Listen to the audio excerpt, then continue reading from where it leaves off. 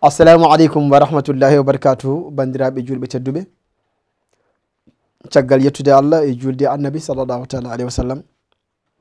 min calmini min juurima dendagal yeɓiyankoɓe e hettiyankoɓe Fouta Plus min gari ɗo kadi gam addande on yewtere men nafoore gandal hande kadi min garti ɗo e toɓɓere wonde e ñalande wonde ñaago jomiraɗo joom bawɗo noon yo Allah ɓeydu jaam ɓeydanen sutura waɗanen jaam e nder leydi he eko tarti leydi ndi foof ya Allah. Oustaz assalamu aleykum wa rahmatullah. Wa aleykum assalamu wa rahmatullah. Oustaz Hamid asalimitama a jurama. بعد أعوذ بالله من الشيطان الرجيم بسم الله الرحمن الرحيم والصلاة والسلام على أشرف المرسلين ربي اشرح لي صدري ويسر لي أمري واحلل عقدة من لساني يفقه قولي caggal yettude allahu subhanahu wa taala e julde e ɓurɗo ɓurnaɗo winderde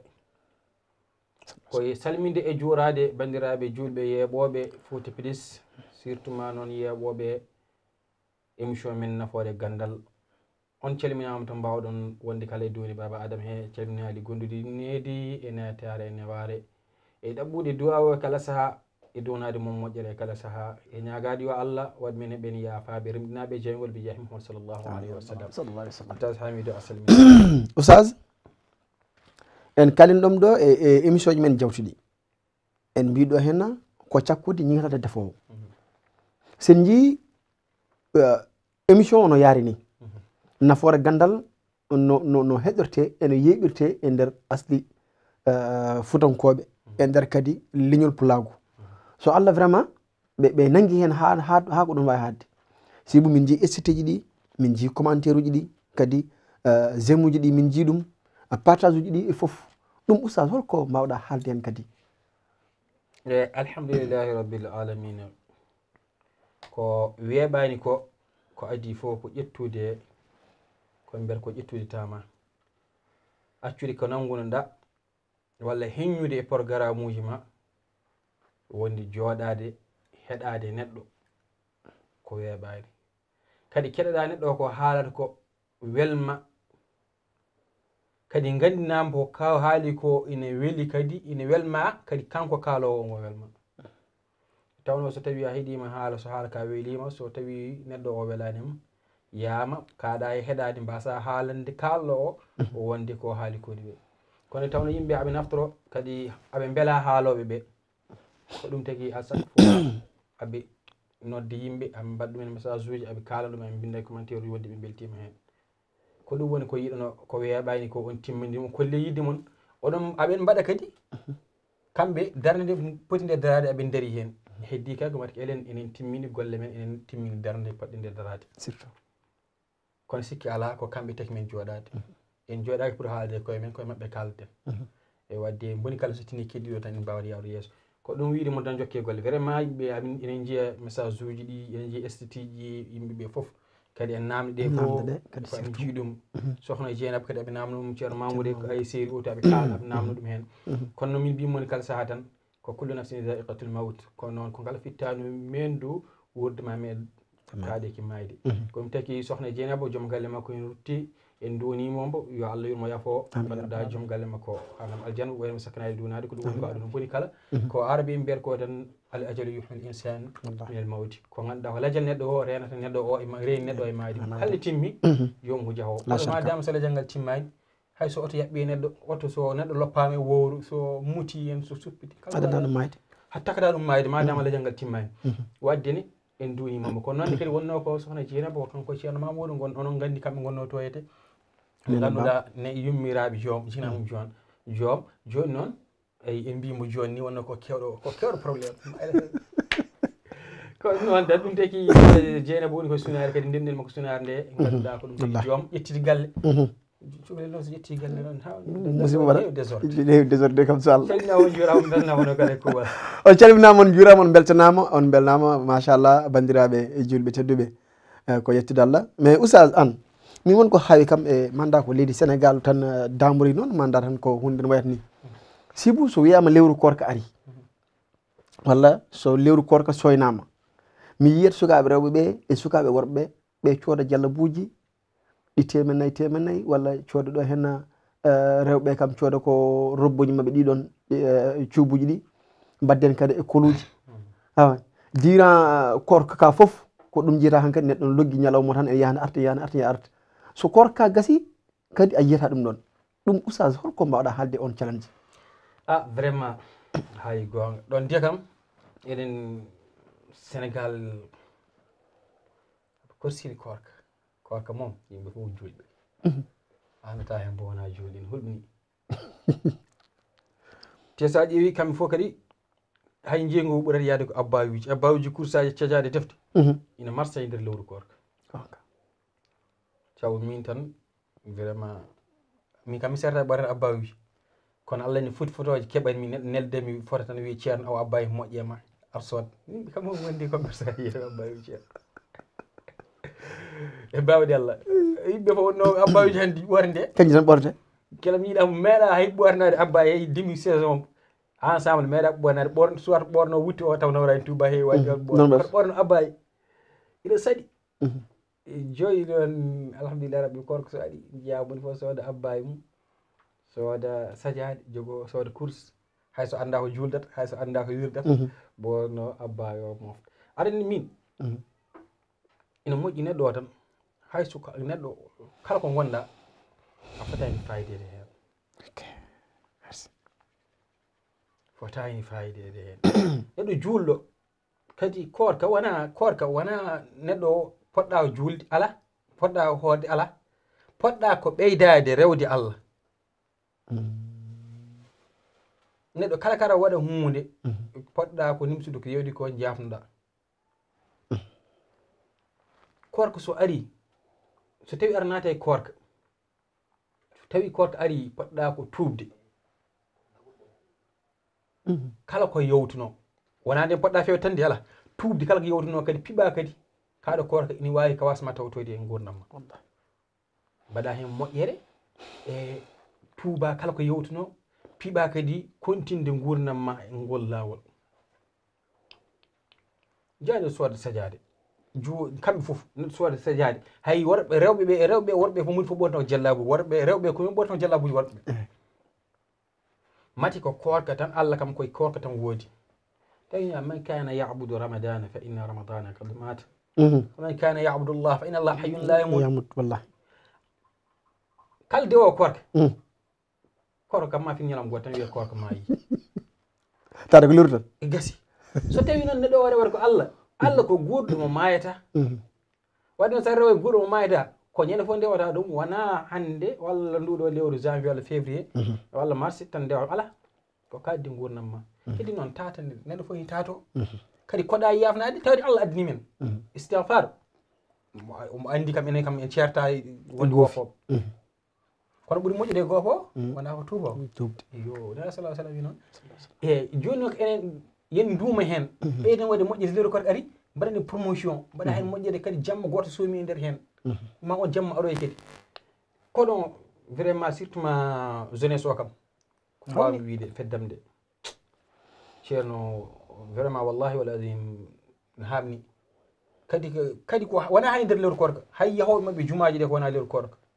non a wonande julde jeeya zone ina waɗi crise koros billahi kilote yalta jakil sahaji hakkiltaji jitti taw ko julɗi walla kalson taw kalson ko julɗo abbawi ɗiɗon ɗin ɗi poti ko continuede kala nde garɗa yaade juma ɓorna abbawi kam cuura terde ma aɗa yimɓe wonko mani ko andude simis sa ɓuuri so tawi o neɗɗo o juulima sino juula ga yalti o ala juulu neɗɗo foti fam o ala juulu par ce que ko adi fof wiyatma sitrol awrat ala ustad arɗon ha laaɓ so neɗɗo o mbo juula eyyi so ƴurima ɗon huñoto yalta o ala juulu ko adi fof ko juulu ko sitrol awrat ko adi fof so tawi noon omo juula o suurani terɗe makko o ala juulu Allah wiyata wona a suura terde ma juula an a suurani terde ma holno jogorɗa juul ƴuroɗa keccima yalta ha gayede kilot abbo less kalson rewa hen hay dote jalta hen bool ni wallahi waɗa ɓiya ko lohi ɓiya ko piiɓi foof nan hen waɗa wona jiyani neɗɗo ƴuro wonni te kadi woni hen dogdata ko sappoli yesso nane sappoli yesso ne heewi baraji sappo ni heewi baraji kono yo tawa jogini ɗum gandal taw so imam ganduɗa so saggi walla so woni hefti ɗum salligi taji so en waɗani foode ara kono jiya sappo taw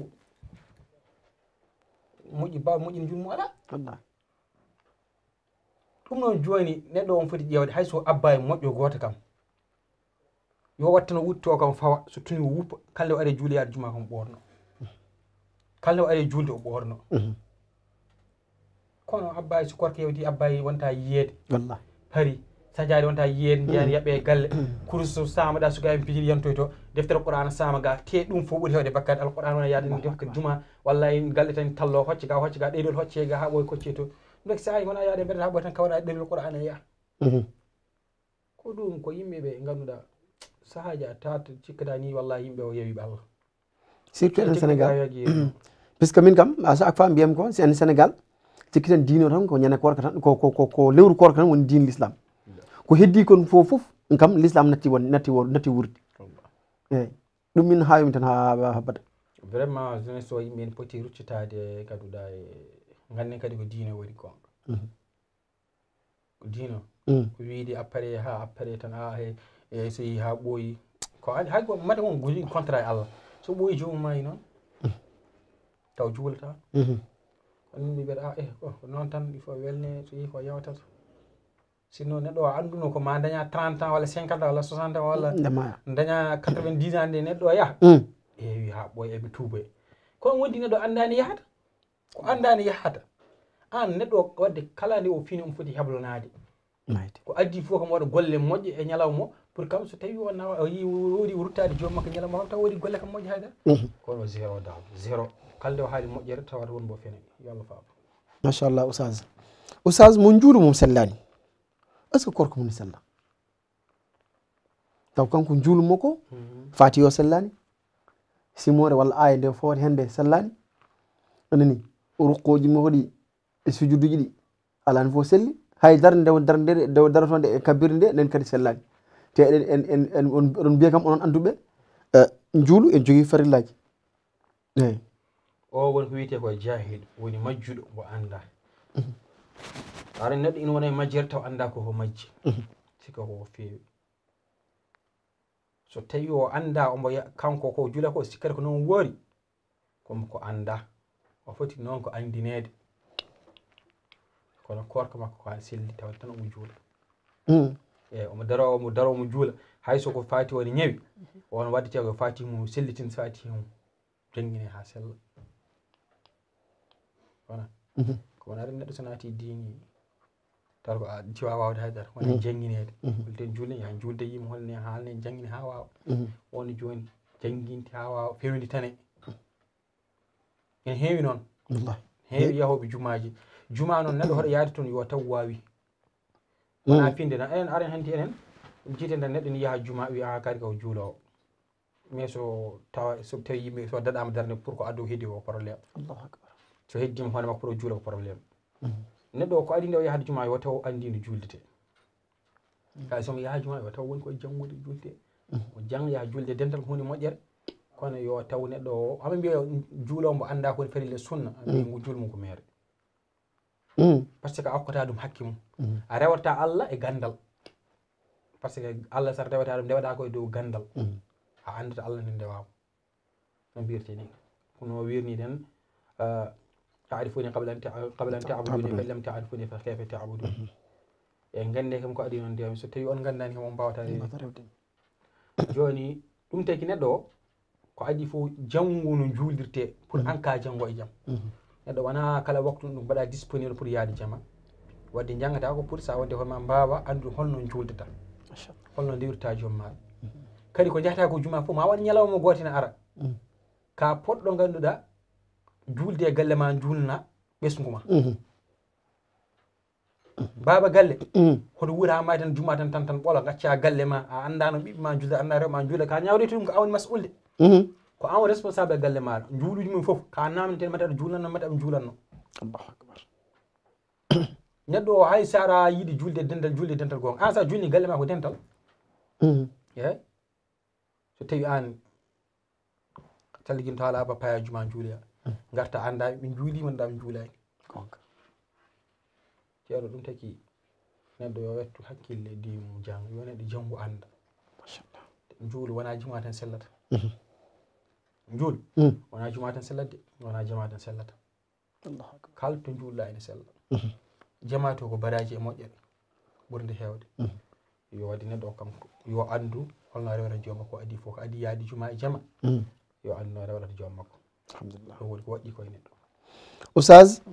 liggotoɗo e poussiére taw mo hoori hono bandiraɓe men maçoŋeɓe e kadi ɓe ɓe ganduɗa koye farine liggoto enen ɓen kam koye poussiére liggoto enani ɓen holno korko mumen wayi si poussiére o kam koko natto e goddi eyi alhamdulillah rabbil alamina ne woodi enen ɗum kam kadi ko Afrique ga tan ɓendi sabu enen gandi horofeji kam tubakoɓe kam kañumen kala kene liggo ko ganduɗa waɗa poussiére mbaɗ masque masque kam il faut ɓe mbaɗa masque kam ko ɓooɗaɓe enenne kadi alhamdulillah ni corona arini ha faade joni masque ji komo goodi wona e sono poussiére neɗɗo so felti rewde Allah a rewata Allah tan haqiqa korka so tawi neɗɗo o aɗa yaaha poussiére aɗa yaaha noon poussiére naatema tinani bonnani korka ma saɗa liggo hen noon waɗ masque ma waɗ kaala ma kono an liggotode wadde masque en woni poussiére soroɗo hen yawta kam ɗum a witaki an ala ko aɗa jogui korka ma ko hen liggotoɗa kono liggotoɗo machine uno condi en liggotoɓe ko wayno farine en e ko nandi hen ko woni conele tan ko ay ciment gueɗe nandi hen ɗum fo arani ko hunde waɗantede masque e jomum mbaɗa masque heddi noon sa waɗi masque rentrade hunde yewti hen gudduma tinani bonnani korka ma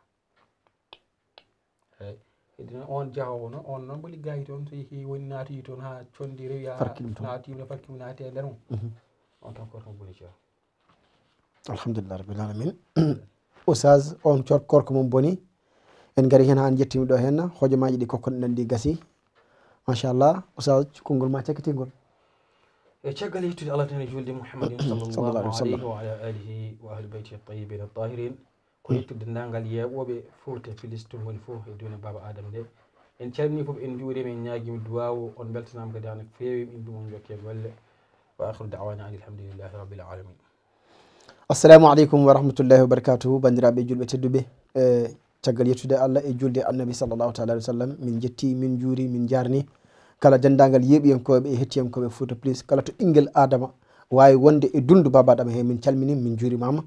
ko noon min calmina hokoɓe diine ɓe min calmina waliyaɓe leydi ndi min calmini kadi ɓe ɓe ganduɗa ko ɓe goni nangguɓe leydi ndi ha leydi ndi wawi darade ha leydi ndi wawi wonde jaam eɗen ñaago Allah yo Allah waɗ jaam e nder leydi he eko tarti ɗum foof inchallahu taala Allah suuren ayne en renen bijayi sallllahu taala alih wa sallam en calmini dendagal bani adama en calmini foof enen daara jammaɓe machallah assalamu aleykum wa rahmatullahi wa barakatuh ha saaha goɗɗo inchallah